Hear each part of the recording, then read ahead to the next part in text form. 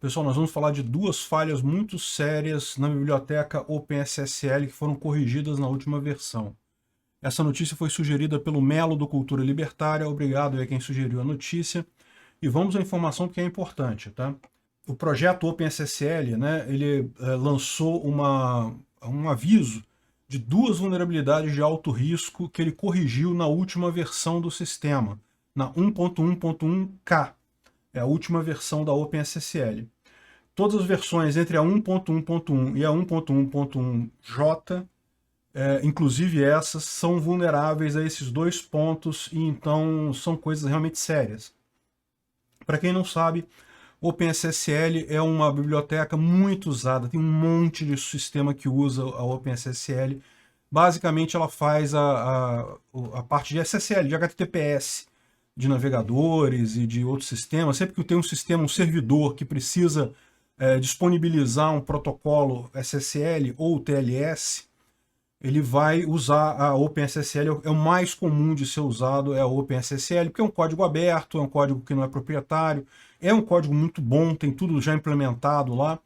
Então, o pessoal tem muitos usos dessa biblioteca. Então, o principal aviso que eu deixo aqui para vocês, se você é desenvolvedor, se você usa a OpenSSL ou se você faz comunicação, você desenvolve um servidor qualquer que pode estar usando a OpenSSL, é muito importante atualizar para a versão mais recente. Eu vou explicar os dois problemas.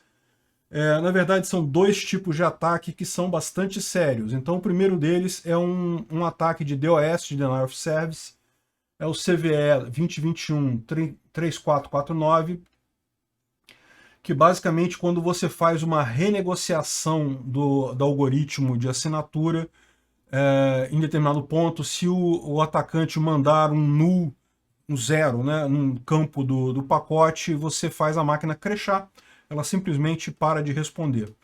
Então, ataque DOS significa Denial of Service, ou seja, não é que o atacante consiga invadir a máquina, pegar informações, coisa e tal, ele não consegue isso. O que ele consegue fazer é fazer o sistema parar. Mas isso é uma coisa séria, porque isso pode ser usado por um atacante, é uma forma muito fácil de fazer isso. Então, um atacante que queira, por exemplo, inviabilizar um site de um competidor, de outra pessoa, pode ficar mandando esse ataque um atrás do outro, e o servidor do cara fica fora do ar, não consegue funcionar, porque assim que começa a funcionar de novo, cai outra vez devido a isso. Como é que funciona isso? As versões mais modernas do SSL, elas permitem renegociação de protocolo. Vocês lembram o TLS, que é o sucessor do SSL? Então isso é uma coisa que eu já falei em outros vídeos, mas é importante lembrar, não se usa mais o protocolo SSL, tá? O protocolo SSL versão 1.1, 1.2, não se usa mais isso, só se usa o TLS hoje em dia, e mesmo o TLS já se recomenda passar, pelo menos o TLS 1.2, 1.1 ainda é aceitável, o 1.3 já está sendo lançado, mas enfim, 1.1 é aceitável ainda, que é justamente o caso aqui. O TLS, repare que aqui a gente está falando 1.1.1 é a versão da biblioteca OpenSSL, tá? Não é a versão do protocolo, ou seja, o protocolo é o TLS 1.2, é o protocolo que é seguro, mas tem essa falha nessa versão da biblioteca.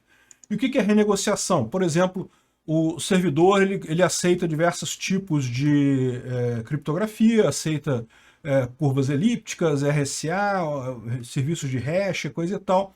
O cliente talvez não saiba o preferencial. Então, no protocolo, no início do protocolo, eles negociam qual vai ser a criptografia que vai ser usada, e se você pode permitir a renegociação, ou seja, o servidor não vai impor um protocolo, ele vai aceitar renegociar, aceitar outros protocolos também. E qual que é a história aqui? O cliente ele manda uma requisição com um determinado protocolo, aí depois ele manda ainda no protocolo, no handshake inicial, ele manda uma requisição mudando o protocolo, mas com valor null em determinado campo do pacote lá, e isso faz com que o servidor caia, simplesmente pare de funcionar. Então você pode ver que é muito simples isso ser usado. A maior parte dos servidores OpenSSL, lembra, o OpenSSL é uma biblioteca, então o servidor é de um outro sistema qualquer lá que está usando a OpenSSL. Então a maior parte deles já é configurada para aceitar a renegociação, isso é prática corrente. Então, ou seja, está suscetível a isso. Se a versão for essa, você consegue fazer esse DOS. Esse bug está descrito aí lá nos sites aí de vulnerabilidade, coisa e tal, como é que você faz isso.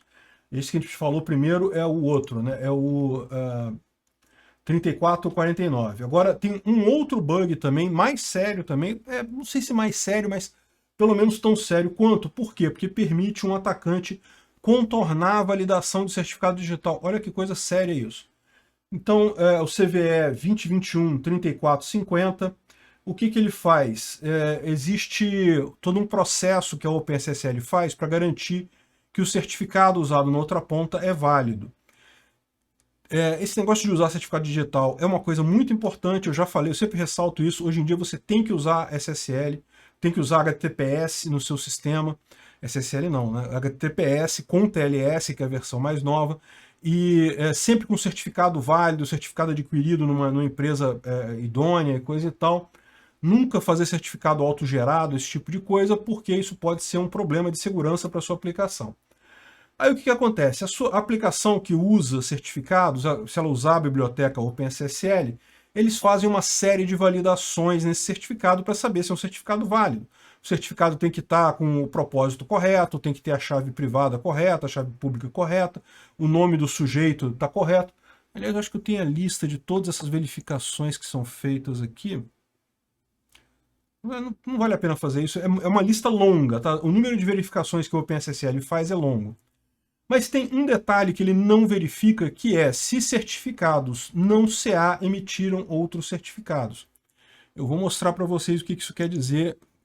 Eu vou abrir aqui os certificados da minha máquina. Se você quiser abrir essa telinha da sua máquina, se você usa Windows, você vai em Internet Property, Content e Certificates.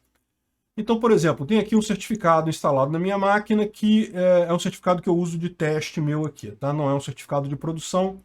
E se você olhar aqui, ó, o Basic Constraints dele, ele está basicamente como uma end entity. Então, ele não é um certificado de CA. Se eu pegar um outro certificado qualquer aqui, deixa eu ver aqui um certificado que...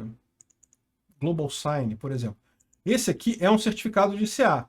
Se você olhar aqui o Basic Constraints dele, está escrito aqui, ó, Subject Type CA. Então ele está marcado como sendo um certificado de CA.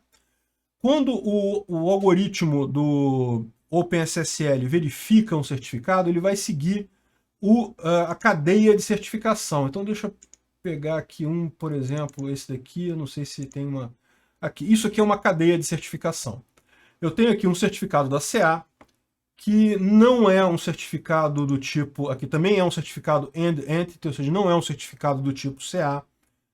E quem que garante esse certificado é o DigiCert EV Code Signing. Esse cara aqui, se eu abrir ele tem que ser um Subject Type CA, tá vendo? Então ele é um certificado de CA. E por seu lado também, o certificado da DigiCert também deve ser um certificado, também aqui, ó, Subject Type CA. Então, ou seja, quando você checa a cadeia de certificados digitais, só o último não pode ser CA. Todos os anteriores têm que ser do tipo CA. E essa validação não está sendo feita pelo OpenSSL nesse caso. Então, veja, não é uma coisa muito fácil de você explorar, porque, de novo, o seu certificado ele tem que ser assinado por um certificado anterior, e tem que estar baseado em um certificado que é uma raiz confiável. Então esse último certificado aqui, que é uma raiz confiável, ele tem que estar cadastrado no seu site aqui como Trusted Root Certificates. Então ele deve estar aqui em algum lugar, aqui eu não vou procurar aqui porque seria complicado, mas ele tem que estar aqui em algum lugar como Trusted Root. De qualquer forma, além disso, ele tem que estar marcado como CA. Então repara que o bug só se refere a isso. Essa flag V509, X509 strict, significa que a OpenSSL tem que seguir detalhadamente o problema, a checagem de certificados para garantir. E a única diferença entre o strict e o não strict do que está implementado na OpenSSL é a checagem se o constraint do certificado é CA. Então não é que seja uma falha enorme, mas é uma falha significativa, porque em tese alguém pode conseguir emitir um certificado e aí pegar a partir de um certificado normal, emitir um outro certificado e fazer ali um ataque porque tem um certificado normal que não é um certificado de CA, emitindo um certificado para um outro site, alguma outra coisa, e isso pode ser sim uma fragilidade. Então vamos supor, você está com esse certificado aqui, eu confiei nesse certificado da Canon, essa aqui é o caminho dele. Agora vamos supor que eu confiei nele até aqui, porque até aqui eu confio em tudo. Mas vamos supor que essa equipe aqui da Canon não fosse pessoas de bem e quisessem eles emitir um certificado para um site inválido. Então eles emitiriam um certificado com base no certificado deles e eu continuaria acreditando, porque seguindo a lógica sem a strict flag, ele validaria esse certificado porque a cadeia continua sendo válida e continua terminando num certificado raiz confiável. Mas não poderia, porque se tem um no meio do caminho aqui que não é do tipo CA, não pode aceitar. Então o que o strict faz é isso, essa validação certa, exatamente como está na X509. Na prática, o que ele faz de verificação a mais é checar o constraint do certificado como tipo CA para os certificados intermediários. Então o que ele estava falando aqui, essa vulnerabilidade afeta também essas versões, e é porque ele fazia um cheque anterior, aí fazia esse cheque depois, acabava ignorando esse cheque, esse segundo cheque, e usava o resultado do cheque anterior. Enfim, uma falha de código, é uma coisa importante isso daí, a correção já foi feita, já tem a versão nova para corrigir esses bugs. Então, se você usa a biblioteca OpenSSL, é muito importante corrigir isso logo. Como a gente fala, uma das grandes fragilidades de aplicações é o uso de componentes vulneráveis. Está sempre lá no OWASP, nas maiores posições lá, porque realmente hoje em dia ninguém programa sem usar componentes, sem usar biblioteca, sem usar outras coisas, mas é muito importante a gente checar, estar sempre atualizado, estar sempre na última versão, para evitar problemas desse tipo. Se chegou até aqui e gostou do conteúdo, clique no like e se inscreva no canal. Isso me ajuda a ganhar relevância no YouTube e levar o tema da segurança no desenvolvimento de software a mais pessoas. Obrigado. Considere também clicar no sininho e pedir para ser notificado dos novos vídeos. Caso queira sugerir uma notícia para falarmos aqui, é só ir no nosso site https://safesource.com, safesrc.com, e clicar em sugerir uma pauta, colocar o link da notícia ali. Agradeço a todos que nos ajudam a fazer esse programa.